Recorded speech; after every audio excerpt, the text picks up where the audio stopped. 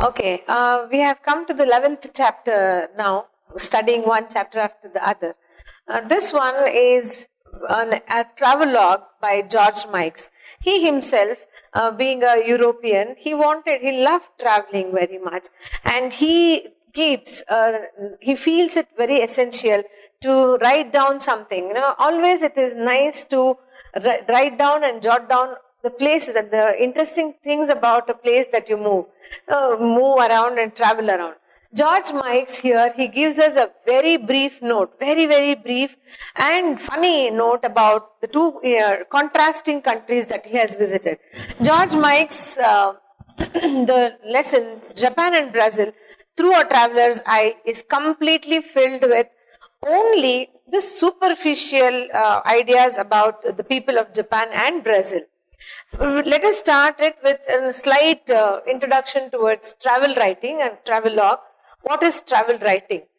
Travel writing is writing down one's experience about a place that he or she has visited, and also about the experience of traveling to that place. Once you go there, the perspective of looking at the place and the people, their mannerisms, their habits, it entirely changes. It comes according to your view. We start viewing it in our perception. So that when you write down, it will be two contrasting things about culture also. We being from a different cultural background, those people from a different cultural background, we try to understand each other. So whenever you write down anything about a place that you have visited, that becomes a travel writing. It is not just a recent one, it's dated to 2nd century. In the 2nd century, the Greece travelers, they just made note of it in the form of diaries. And later on, it gained popularity, and there were new techniques and new methods and new sea voyages were done. And therefore, the way of the method, the whole procedure of writing down all these things and maintaining it in a form of a book, it just took a new shape. And people later on, after 10th century onwards, the travelers were motivated, they were encouraged by the kings, they were in fact patronaged by the kings, and they were sent to different countries to go and look at the people, to get a note of it, just to write down and see how different the two countries and the two people were. They were in fact, as I told you, motivated and patronage. Patronage in the sense, the government itself gives money, the government encourages them and then sends them to certain places to write a note on that country. So that was done. Later on, slowly it gained popularity and it also got political importance. See, that's why when we study history, we have so many foreign writers, we have so many foreign travelers. So when we come to know about, say for example, Krishnadeva Raya, only by the Chinese writers who were here, they wrote down how popular these places were and how popular this king Krishnadeva Raya was. Because of these travelers, we understand also about the different places. So this is one very good advantage of travel writing. So it has gained popularity, and now in the modern days, it has become a study by itself. People love to take up this study of traveling. There are tourisms, there are travel guides and all those things, wherein people who love to travel, they become as tourist guides. They also act as traveling agents. They help the people in traveling. So that is, it has become a part of the cultural studies now. Many universities and colleges, they again have these courses, and these courses can be taken up as one big interest in life. The travel writing, when you read it, it upholds the culture and the cultural differences of two countries. It just shows to us how different two countries are. That, when we read this lesson, Japan and Brazil through a traveler's eye, you can definitely understand how George Mikes, being from a Westerner, a person from the Western countries, he understands, he tries to understand the people of Japan and their mannerisms. See, there are two contrasting countries and also people with different mannerisms. So he just keeps only two things in mind, only two countries in mind. One is Japan, the far east, and Brazil down south. So there is a contrasting writing about these two countries. Let us start learning. Let us start learning about Japan first. See, Japan is a very, very small island country, and all of us know it. Japan is every now and then subjected to some or the other kind of natural disaster. Either it could be a volcano, or of late it could be a tsunami.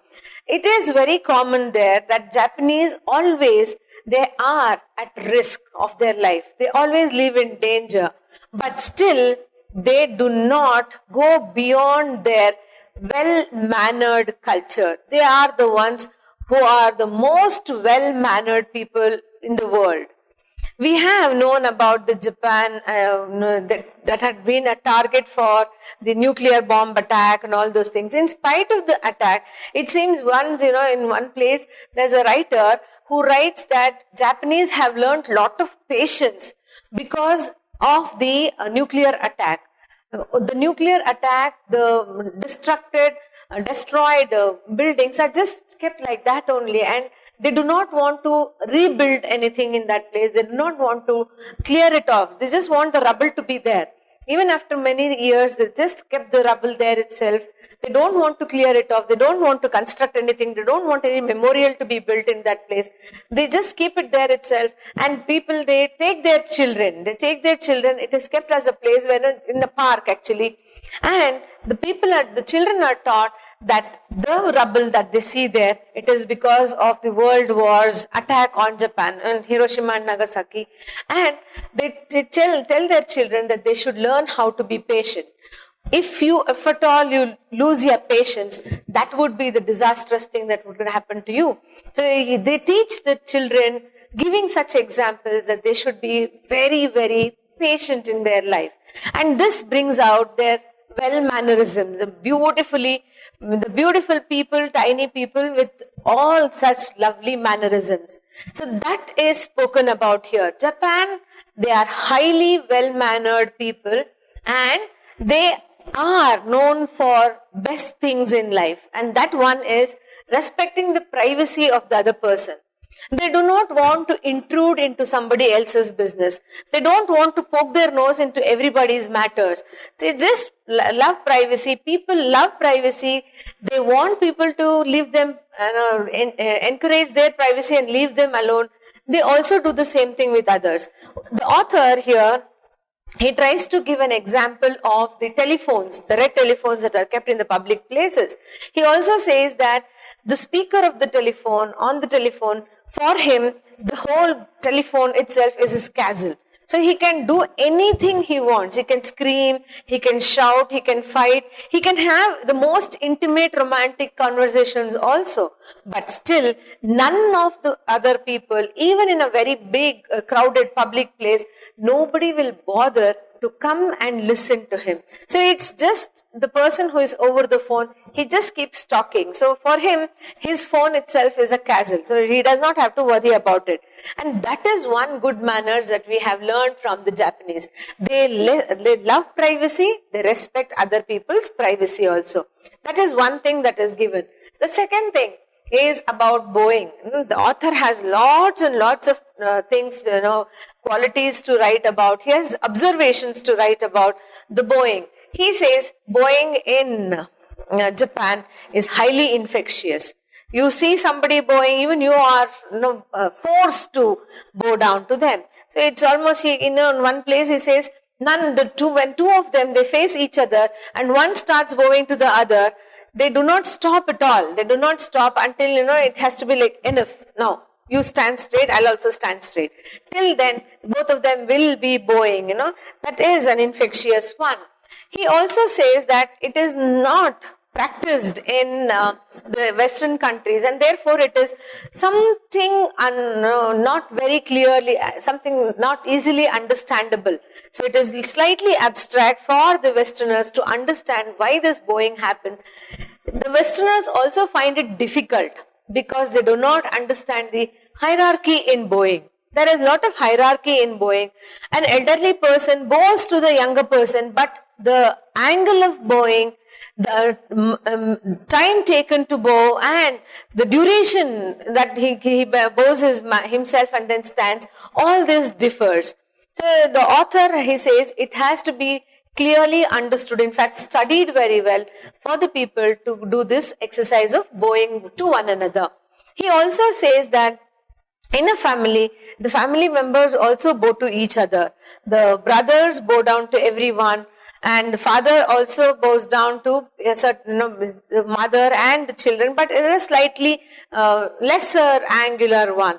So the mother bows to everybody, sister has to bow down to everybody. It's only that the brothers do not, at rare cases, the elder brothers, the sons in the family, they do not bow down to the younger daughters in the family.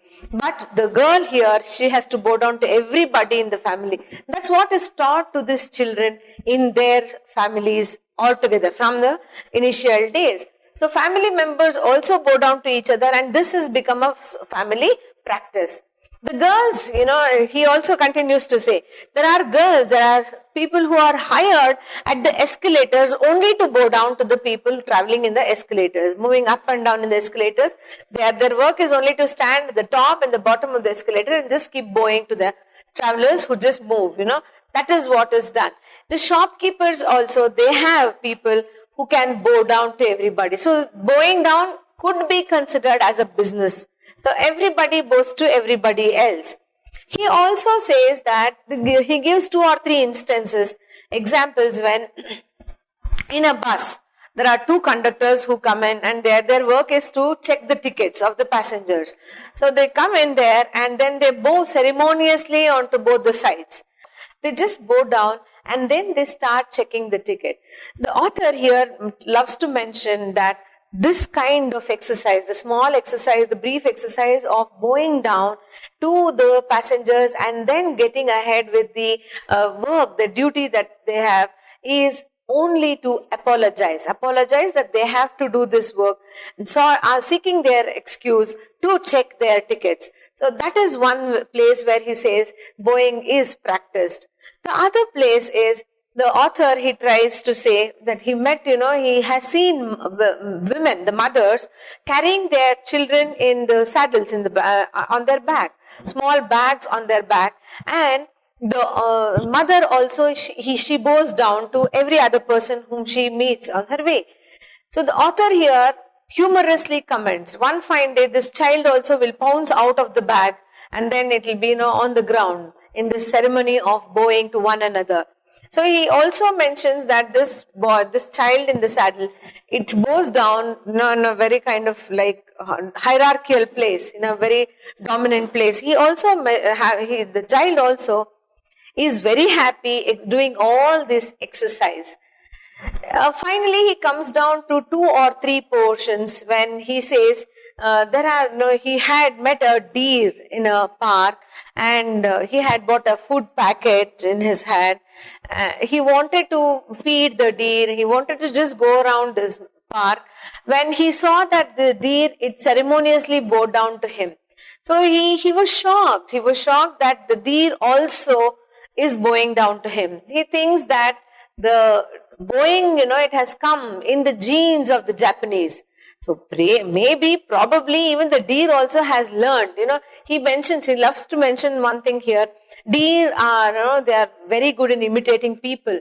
So maybe when everybody on the street keeps bowing to each other, the deer also might have learnt it, looking at the people, and maybe even it has started practicing. So the deer, it seems to the author, it bowed down to him, and then he thought, yes, this is such a nice thing. Even the animals here in the zoo have learned this very good manners of the Japanese of bowing down. So he is very happy about it. But after the very small exercise of bowing down, the deer jumped up to him, and it snatched away the food packet he had in his hand. So he says this also could be a different kind of asking excuse and taking away the food. Just like how the conductors did. They bowed down and then check the tickets. So the deer also, when it wants to snatch away the food, it is doing all these things. The last instance he gives here is about the people standing in the bus stop. I'll just write down for your information. People standing in the bus stop. the people standing at the bus stop till the bus arrives, they are gentlemen. They are gentlemen bowing to each other ceremoniously. They are very well mannered people, looking at each other, exchanging smiles, looking at each other and talking all the good things in life. People, after the bus arrives, they become savages. They become monsters. They become uncivilized people.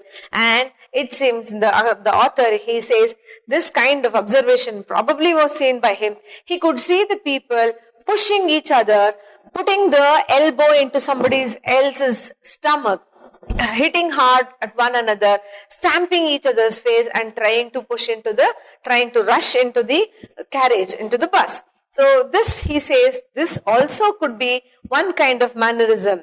So he says, this is what we have seen in the people of the Eastern countries. So he calls this as the Oriental mannerisms, Oriental belonging to the East. Something that mannerisms, food and all that belongs to the West is called continental.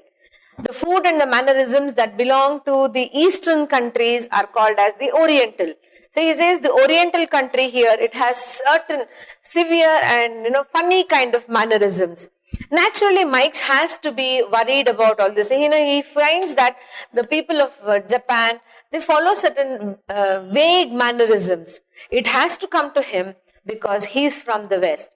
And probably he also writes in the travelogue that the people of Japan, they might not like the different mannerisms that are followed by the people of the West. For example, shaking hands and kissing on the cheek and then welcoming somebody with a big warm hug. All these are prohibited in the Eastern countries. So these are the different ways in which the Japanese are special and unique. So he gives out all these points. Later on, we have one more point about the Japanese. I think I'll just write down somewhere here. I hope you can understand and see. This is about the eating soup business of Japanese. They have a very special manner of eating soup. According to the narrator, according to the writer, every person who drinks soup has to make a slurp sound. A slurping sound is mandatory when a person eats soup. He has to make the slurping sound. If he does not make the sound, he also says that the mistress, the hostess, she might feel that this person is an ill-mannered, not very well cultured individual. He doesn't know the value of saying thanks. He is a very bad-mannered person, is what the intention that comes to the hostess mind. So thinking that, so if you don't make a sound, if you will be considered as ill-mannered person. So he says, okay, let me make sound, and he'll be just eating his soup with a lot of sound, with a big noise, with a big slurp. Even then, he says, it is very disgusting because people, the other people in the party or other people on the dining table, they'll all feel that this person is completely ill-mannered because he's making a lot of noise while he's drinking soup. So he says, just like bowing, making slurping sound while eating soup is also a technique that has to be learned and followed. Bowing, as we have understood, it is the angle and the time duration that you bow, it all depends on that. So here also, eating soup with a slurping sound also has a technique, and anybody who goes to Japan will have to learn. If you want to stay in Japan, you'll have to learn the Japanese mannerisms. So he says it is kind of different method to understand how these Japanese are wonderful in such things. They have mastered over the art of bowing and also the art of eating soup. So he talks about these beautiful things about Japan, and he ends his travelogue about Japan. In the next part, we have about the travelogue written about Brazil. Completely contrasting country, completely different from the Japanese and the Japanese mannerisms. That we'll be looking at in the next part.